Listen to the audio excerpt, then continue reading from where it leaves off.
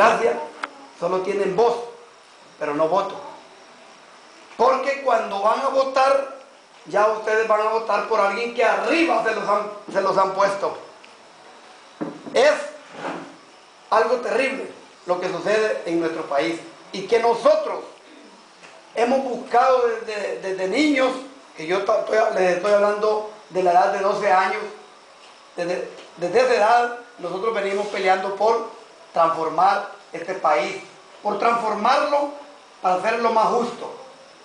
Fíjense bien todo un montón de cosas que a nosotros nos venden. Por ejemplo, lo que estaban diciendo los compañeros acerca del comunismo. ¿Qué tenemos que hablar nosotros de comunismo si el comunismo en ninguna parte del mundo ha existido? En ninguna parte del mundo. Y les voy a decir por qué. Esta noche grábense esto, porque esto es parte de lo que él decía de la capacitación. Esto que les voy a decir, grábenselo, porque ni tan siquiera en la universidad se los van a decir.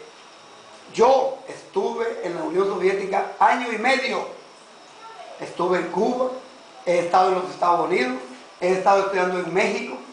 Y bueno, y en muchos países del mundo he estado recibiendo capacitación.